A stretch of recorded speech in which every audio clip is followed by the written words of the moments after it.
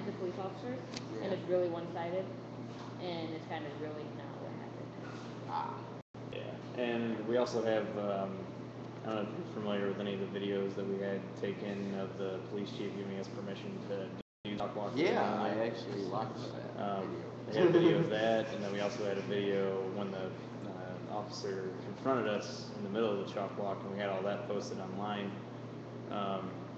Jacob Gallman, I don't know if you've met him at all, was in contact with the police chief, and he totally retracted any statement that he would have made in the video and said that he was answering a different question about signs that we were holding at the Romney rally or asked about that.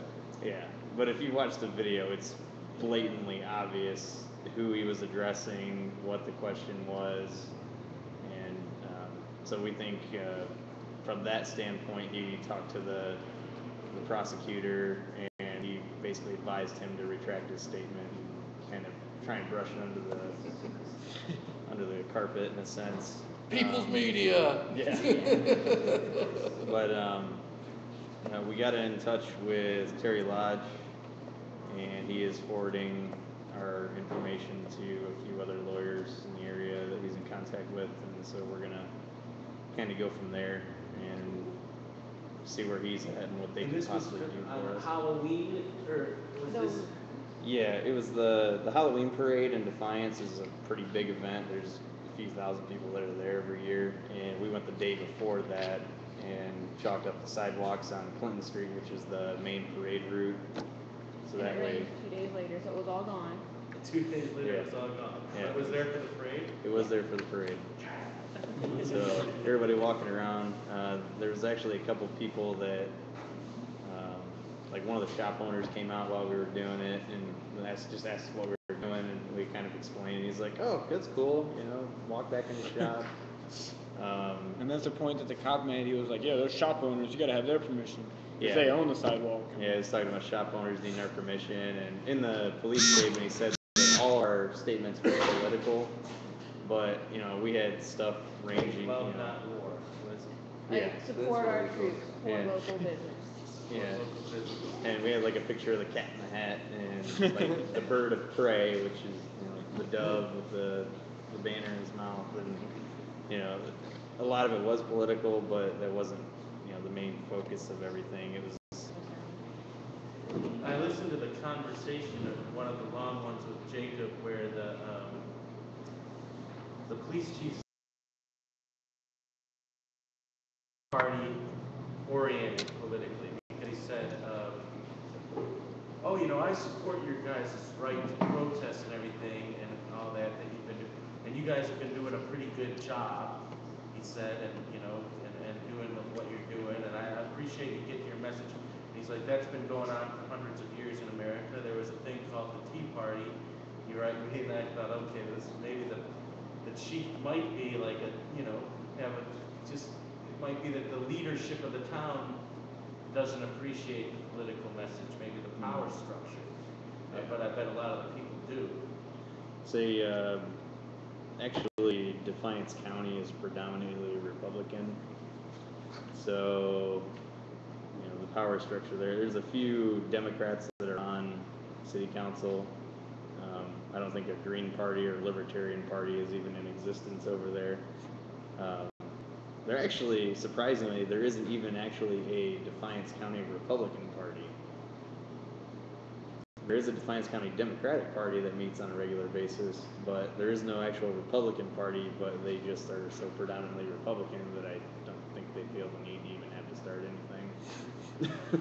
At the parade, when we were marching, we had people running at us with Mitt Romney signs and yelling at us. Telling their kids not to eat their candy. Yeah, they told their kids not to take our candy. And then people throwing bottles at us and things. Yeah, that's protected under the Constitution, right? Throwing bottles at people. Yeah, Throwing exactly. bottles at people is okay, but throwing sidewalk treatment. Yeah. Jeez. Well, I think that's, I thought that was great. I mean, I think the Occupy stuff is a really good idea, but that and related ideas, I think is really important, because obviously we need to fight it out on the streets and if necessary in the courts. I mean, people need to learn that, the whole point of free speech is that you cannot control the content of it. That's the whole point. You can't just say, oh, it's free speech if it's inane Oh. and meaningless. I mean, what kind of right is that? To add to that, in the actual police report, the officer said that when he contacted dispatch, he was told that if any of our speech was political, we had to stop. Right, that's exactly the direct violation of Yeah. free speech. Exactly. You can't control the content. Yep. I mean, obviously there's some boundaries. If you're doing something that's, Right. inciting Shock violence value. or grossly pornographic or something, there's some controls. Yeah. But I mean, basically you can't just say, oh, it's political, we don't like it. They actually wouldn't wait for the rain to wash our chalk away when we were doing Occupy Toledo. They came and power washed it away. Really? Yeah, at the park. Yeah, see, they didn't even do that there. They just let it all go. Even after they cleaned up the grade and everything, it was all still there for, until it rained a couple days later. Yeah, they made a But, big deal. we wrote a letter to the editor and got some personal hate mail back from that. That was pretty ridiculous. That they actually sent to the person that wrote it, Todd Comer. He's a professor at Defiance College, and he actually had it sent to his home address, and I don't think there was a return address or anything on it. And basically called him a liar and a coward, and that we were all just a bunch of whiners because Somebody's calling we didn't somebody get a our coward way. doesn't put the return address. Yeah, great exactly. modeling. And that we were obviously, we didn't know the context of the law, and that we had no intelligence as far as that went. And in all actuality, you read the ordinance, and it specifically states paint, glue, tape, Spit. you're not allowed to spit on the sidewalks. That's defacing public sidewalks. So, I can say, just as a Toledo, we're very inspired by you guys out and what you're doing out there. And like I was at the supermarket, I think it was at Kroger. There was a guy in a Defiance jacket, and I said, "Hey, Defiance, that's like got the most active Occupy in the state of Ohio, right now." And he was like, "Yeah, like that." nice. I think So- it's funny because when people like Occupy Defiance, that's kind of dumb. It's a little small for an Occupy, don't you think? It's like not really if you do striking areas, because like we're from Napoleon.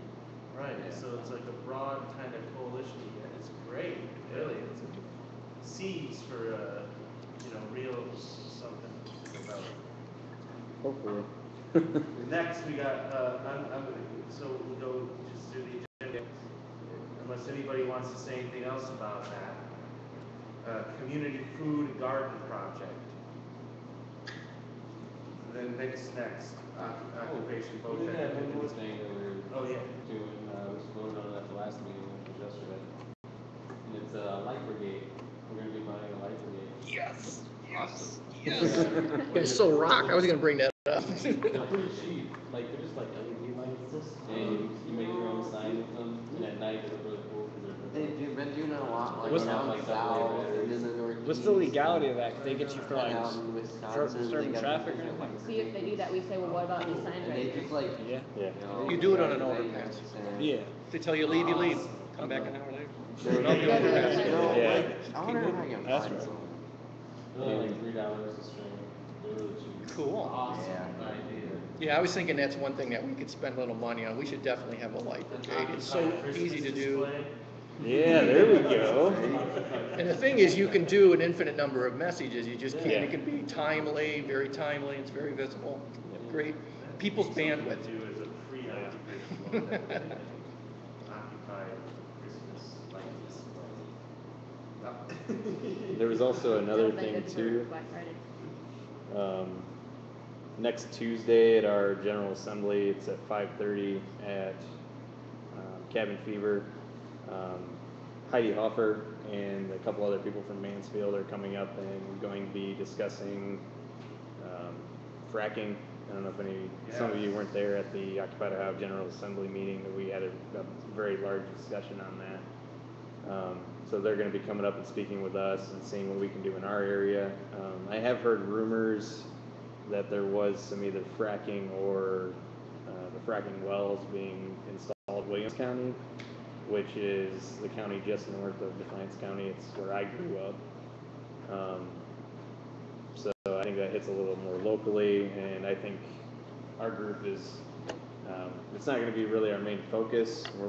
Our group's focus is mainly on the ending corporate personhood, but as far as fracking, making sure that doesn't come to Defiance County, or trying to focus on the outerlying counties there, we think that is probably going to be a good issue that we could work into. It seems like it'd be a Talk to me about that after. Shout out to Heidi, if she's on there.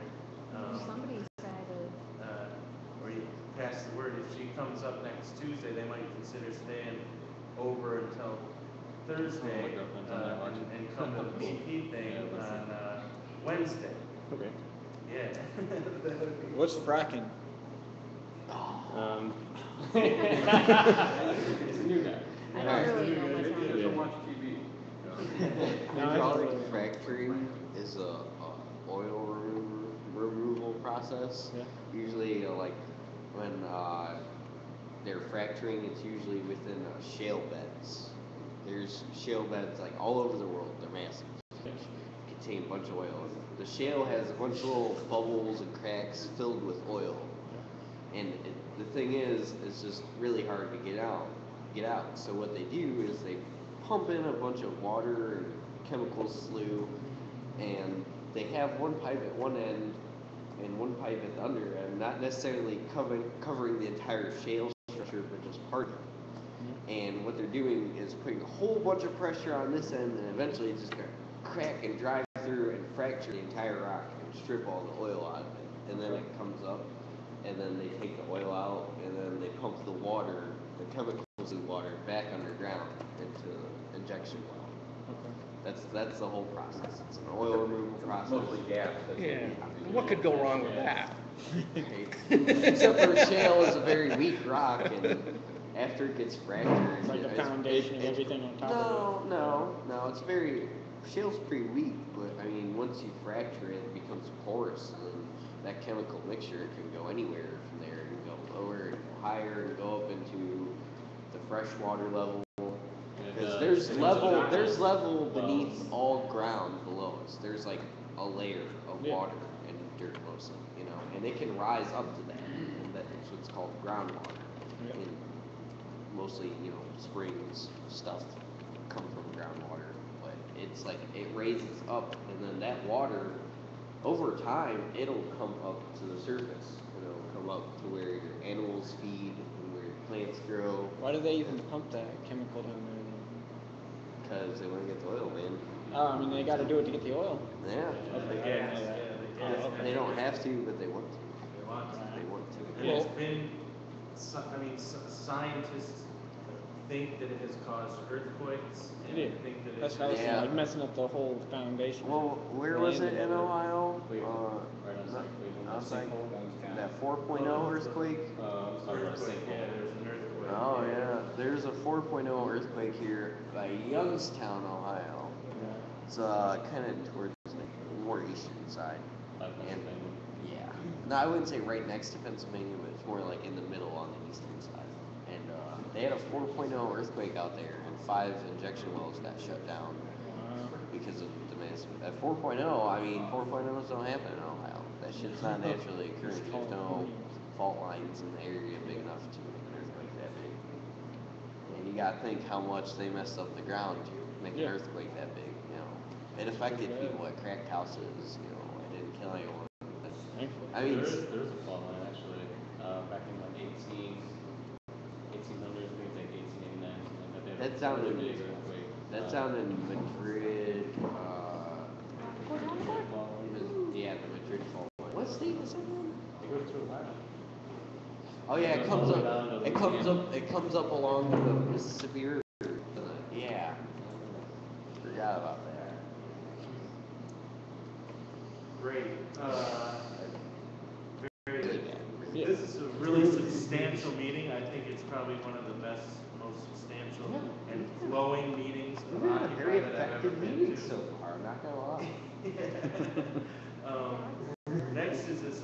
This is a project that we're just talk a little bit about today, and it'll probably become a working group of Occupy Toledo, and to go forward, is an idea loosely based around the Occupy Sandy model and this movement of sustainability and ecological thinking and anti-GMOs and movement that's going on with agriculture and food. Toledo is got the fastest growing rate of concentrated economic poverty in the United States. And so it's got a large poor population that is oftentimes isolated from resources, isolated from good options to get healthy food and ethical food that is produced in a way that is not, devastating the planet. And so the idea that we are proposing and that Occupy get behind and help with is to create food hubs throughout the city that we have a partnership somewhat developed with the food co-op. Steve here is on the board of it, and I'm going to pass over to him to talk a little bit about this too. And a partnership with the Urban Affairs Department at the University of Toledo that is going to provide us with resources and guidance to help this project along. And the idea is to, and also a partnership developing with a community organization called ESOP, which is based out of the Frederick Douglass Community Center, that's been going and organizing the perimeter of poor neighborhoods around the Old West End to create a population of people that is going to get their food through channels like the Phoenix Toledo Earth Food Cooperative and other channels of local farmers and local producers that produce healthy and non-GMO, if we can, and organic foods, to link up these resources and to allow people the option and educate them about the option of getting this food directly and creating a vehicle where that they can use their food stamps to get this food, which is not impossible to do. And so this is the idea, and there's a lot of the move to amend last night at their meeting adopted this as a project that they're going to pursue as well. So we're going to create most likely an Occupy Wall Street working group to do it, and that's the idea. And if anybody wants to talk about it or ask questions or think about it, because my thinking regionally, where you guys are from, like rural areas and things like that, that's a good place that we could start doing some farming to create what is called a food circle, right? So that Northwest Ohio has a food circle that is linked to the agricultural area, and the food that's produced in the agricultural area around Toledo services Toledo instead of buying from factory farms in California and Florida and Ecuador and Peru and China and everything else. So that's basically the concept that we're wanted to bring. And Steve, you want to talk too? Sounds like a really good idea. Yeah, what we're gonna do basically is put together a buyers club. Here's a couple of flyers we just passed around. Okay. And basically what it is just buying in bulk and then repackaging it and, redistributing it. And then put along with that, put it in community gardens and putting gardens in stuff in people's backyards versus trying to get a big lot of stuff. It's going to be, one of our major strategies is to have a community that grows its own food. That's basically Is part of that project using or working with Toledo Grows, or is Theoretically. theoretical? I met with the director a couple times. We're going to meet again next week. But, how we're going to work together is we're going to put together a gardening association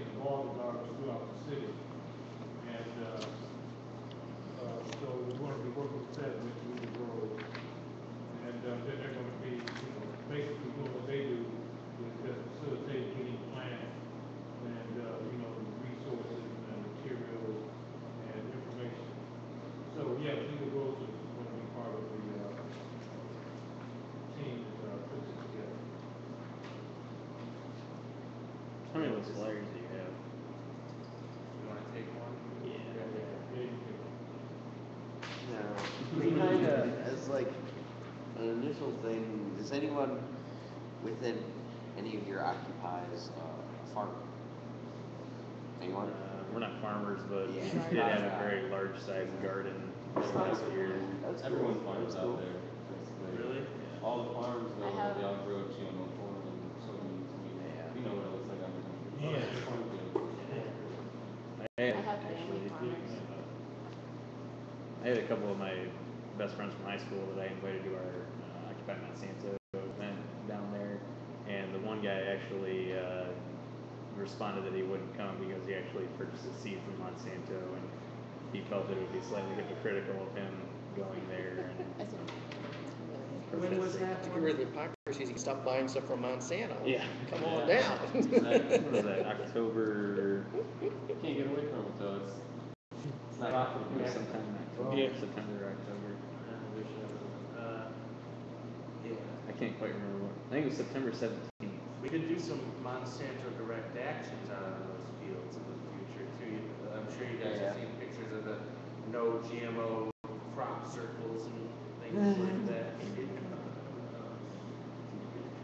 Say It's that. not even really that the farmers want We're to not use that supposed to stuff. talk about that on TV. Well, We it's can't not that feed the farmers really don't like buying seeds. I mean, they'd rather use their own seeds, but to make yields that actually pay profits, they're forced to buy the seeds. You have to keep up with all the people that And are already. they're expensive. Who wants to pay for something that you're growing and should be able to regrow the year after?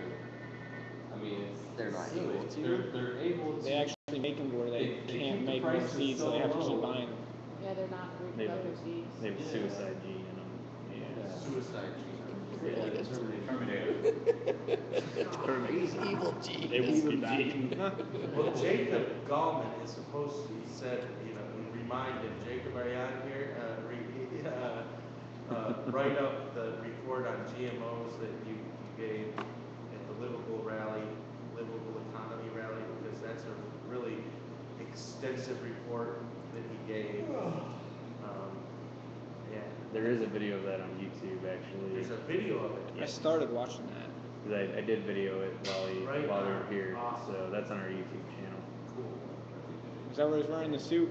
I remember, yeah, now that we have the camera right there. Yep, that should be online for everybody to watch. So, if you want to go on there and check that out. Our last agenda item after this wonderful, incredibly beautiful, unless people have more to talk about of that, is Occupation VOTEC Epiphany Strategic.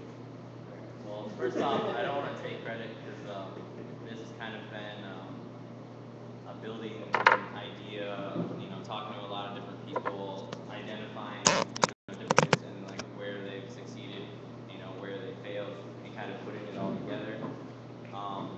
The kind of theory behind it is that, we have to take a holistic approach as opposed to, fighting all these individual issues and then, new issues come up.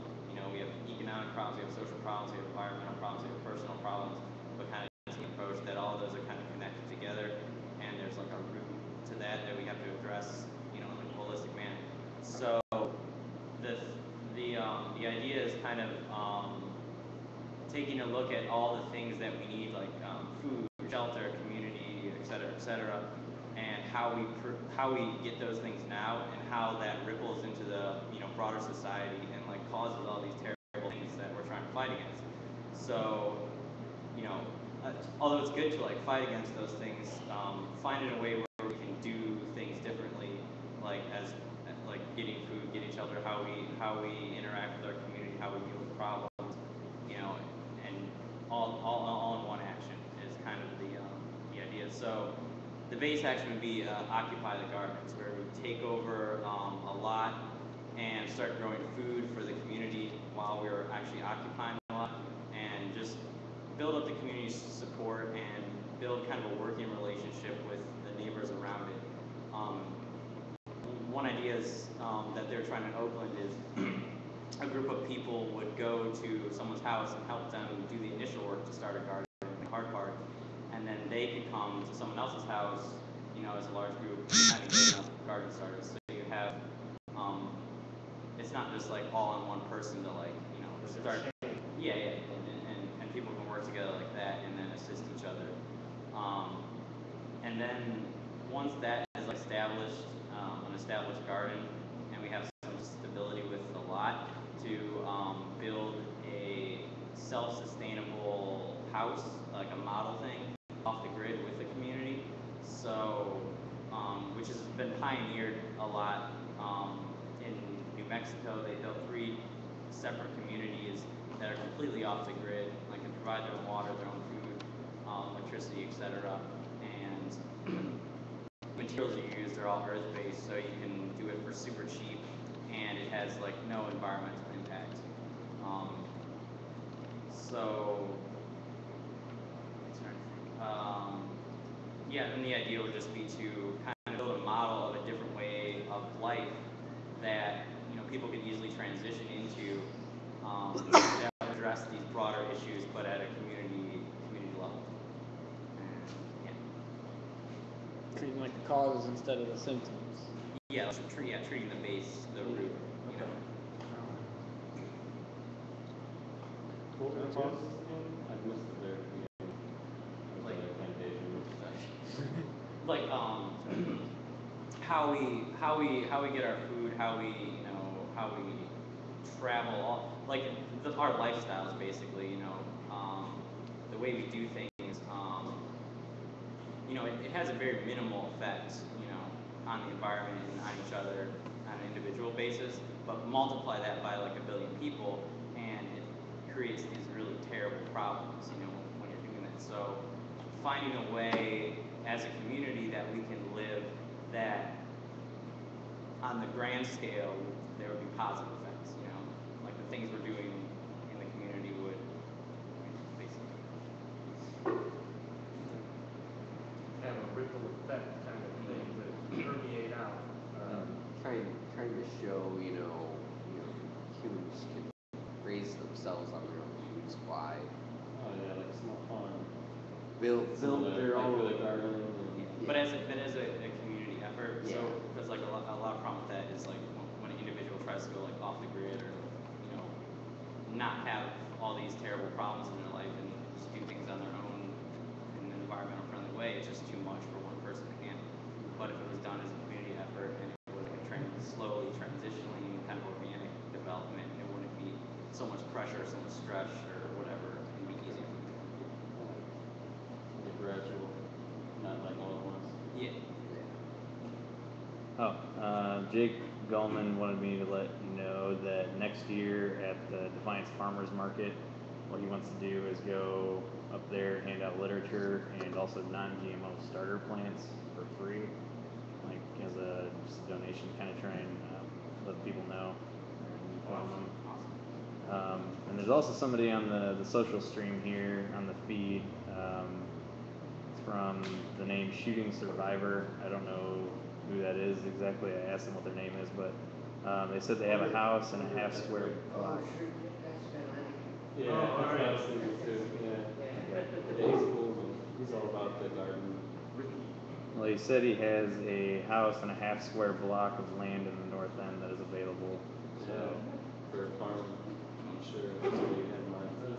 And one thing on that point is I've been debating for the past year and talking to different people about like an occupation versus a buying of land, and I've kind of like now leaning towards more of like actually occupying the land, not like trying to own it at all, because there's a lot of detrimental things that happen when we try to own the land, and like for a long-term solution, like we be constantly indebted to taxes and to control by the city and whatever by purchasing property. So I think and I don't think no one can like we say that we own the land, but I don't think you can really own the land. And I think it's problematic in a lot of ways. I mean, if people want to do that, like it's cool, but I really like that idea. Just makes me think again of the Native Americans, the indigenous, the first people that are rising up now in Canada and Saskatchewan and other places to fight against tar sands extraction and everything else. They don't look at the land as being able to be owned. They look at it as sacred, as the Mother Earth. And I think that what you just said really strikes a chord that should be, you know, considered everywhere for how we go about doing this type of thing. It's a really good idea. I think that's what the big problem is with like why nobody does it is because all the countries are like, all right, we're all going to stop pollution, and they're like, well, wait, if all the other countries work on stopping pollution and we don't, then we'll have a big advantage, and then nobody does it, like the prisoner dilemma kind of thing. I'm for that idea because it's no money, no taxes, blah blah blah.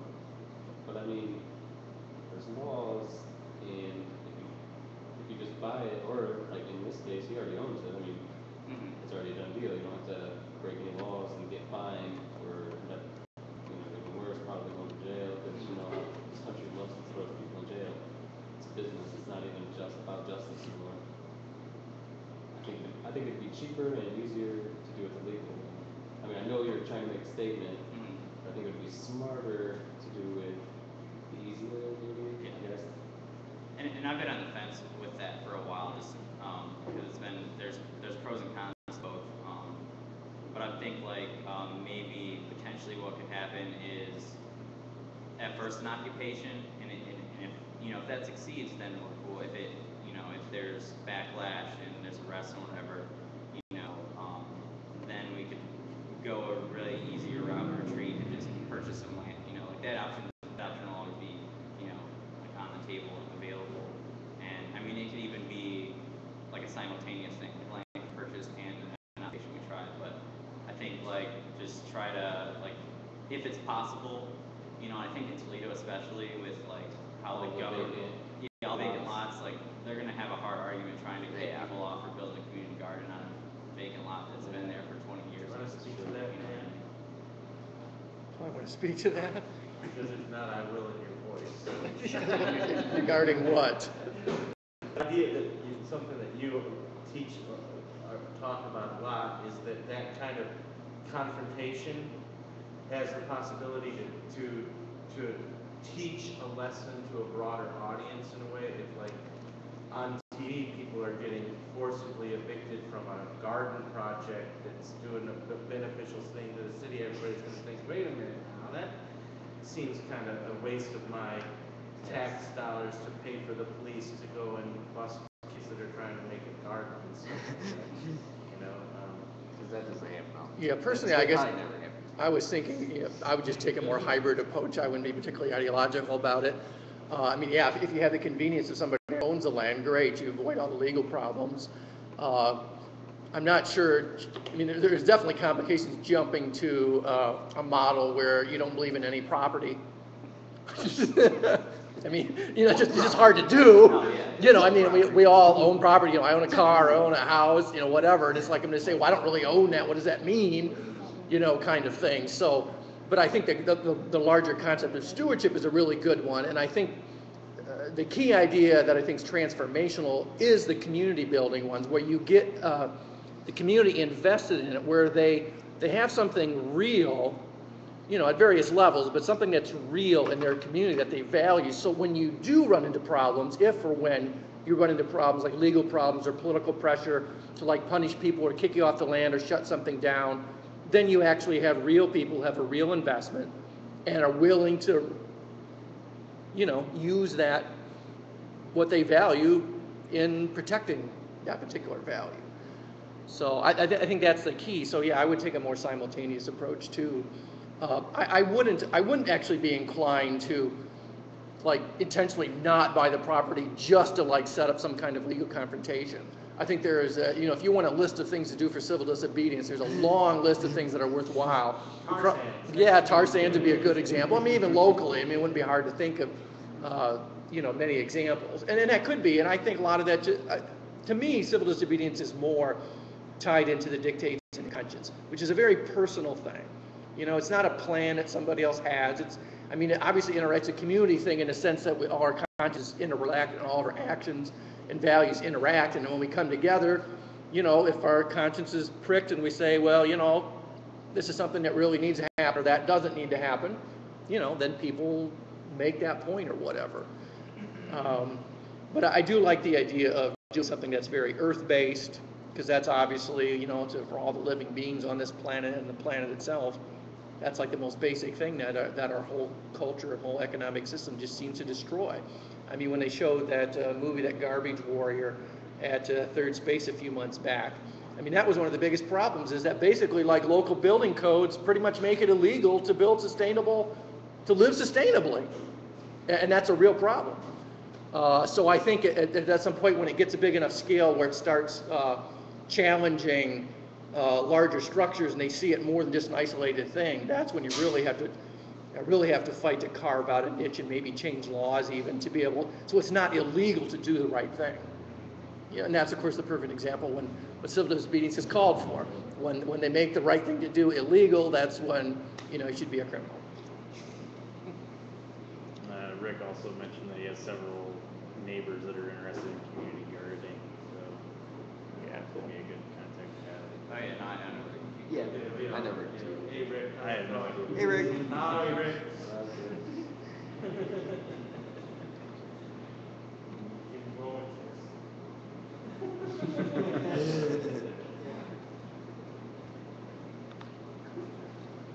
Alright, do we have anything else to comment or talk about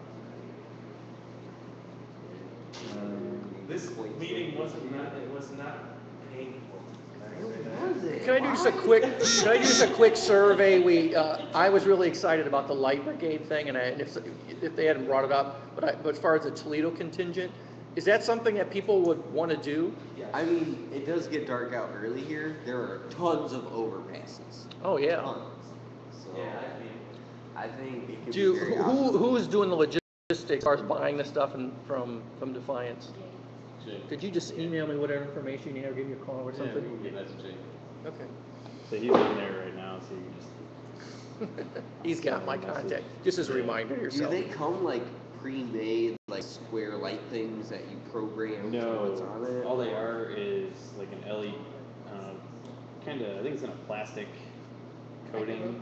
Yeah, it's basically a rope light that has batteries in the end of it. Oh It's all really? LEDs. Oh, and they just put it on like Yeah, cardboard or We're gonna do something. it so like plastic Oh, signs okay. and stuff. See, I wasn't sure if it was like an LED panel or something that had like configured to it. Because I'm pretty sure the Northwest Ohio Peace Coalition would be interested in doing that too, because they do stuff, I think every 100 casualties in the war and that type of stuff. Yeah. So I know they've got part of their kind of organizational DNA to do that type of stuff, and I think that would be another good option I for them to get involved. gotten an email from them in a while. Are they having another meeting soon? They meet every month. At the church? Yeah, St. Paul's United Methodist downtown. Yeah. Rick's waving hi to everybody, by the way. Yay. Bye back again. Great. Hey, bye. Hey, hi. Hello. Who's over there? We got Jake Gallman, Rick. My co-plan's like right behind Sure. me. Did Heidi come in? I don't think she checked in, but I did talk to her on Facebook chat about staying next week, and said she's coming up with a group, so she doesn't know if it's possible because they work I'll from crash there. around Facebook and do that. Yeah, thinking about that. Thanks you guys for coming all the way. I mean, That'd be great. and doing it on a regular basis. We got to come out there. And I think that would be a good thing too. Yeah. That we all make an effort to go to a GA in Defiance maybe with My car's really good on gas. Carpool. Straight down 24, so about that. Right. So maybe we could do that, before Christmas or something, See, Tuesday'd be a good one because Heidi Next and all Tuesday, those yeah, people are going to they'll be be there. there. So That might maybe be a good thing. We could organize a little road trip out to Defiance. Anybody that wants, not that far, it'd be fun. maybe we can just call it out as an Occupied Ohio General Assembly and see if we can get everybody to come up. Right on. Yeah. Just do That'd be something that cool. way. Yeah. Since That'd Defiance be has awesome. been the most active, you guys should have an assembly. Do it. I mean, go for it. Just send them a message. That'd work. And Jake Gallman also said something about supporting Rick and Megan with their getting arrested with the signs in the city Right. council. I got an email from Rick about his interaction with the lawyer going on there, and sounds like that there's a good case. And the lawyer thinks that, the whole thing's pretty, I think that should be Sorry, yeah. Right. Rick had his house torn down by the city too, people might not know, and it was unlawful grounds, and, yeah, that might have been the first or the second one, no, that's the second time it's been happened to him. Rick has been under attack by the city of Toledo and the elite power structure here, and there is a power structure in Toledo.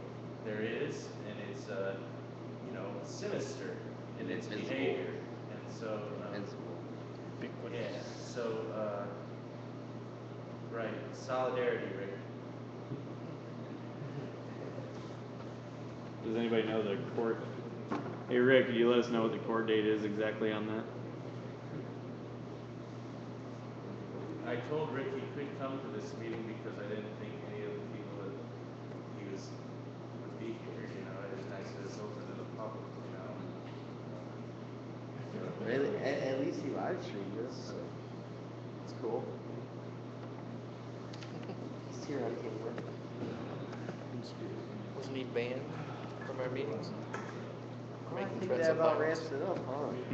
I would say so. Very This is awesome, guys. successful meeting. And we didn't have all the Rambling and things, and it was good, and it was focused, and it was like, we've never had a He gets so GA carried like away that, at times. really. So, that's the GA is gonna be like this. He's making some threats of we violence. ending He's the very meeting? homophobic. Yeah, we're gonna end it. This was a good first one to go to. We disagree a lot, and then we have a few across the table when we have guests, and it drives people away. Well, and I don't mind people disagreeing. I don't even mind people being obnoxious. But if you make a direct threat of violence and you don't even recant it. All right, so we're ending the Occupy Toledo General Assembly. Just want to reiterate, we have an Occupy Defiance General Assembly next Tuesday. It's next Tuesday, December the 11th at 5:30. We do have some members from Occupy Mansfield coming to speak with us on the fracking issue. Would also like to reiterate on December 12th, it's at 6200 Bayshore Drive in Oregon. There's a tar sands meeting with the EPA. Occupy Toledo is heading up, going to that and getting some more information. Possible civil disobedience. That is at 6:30 p.m. And thank you for tuning in, and hope you guys have a good evening.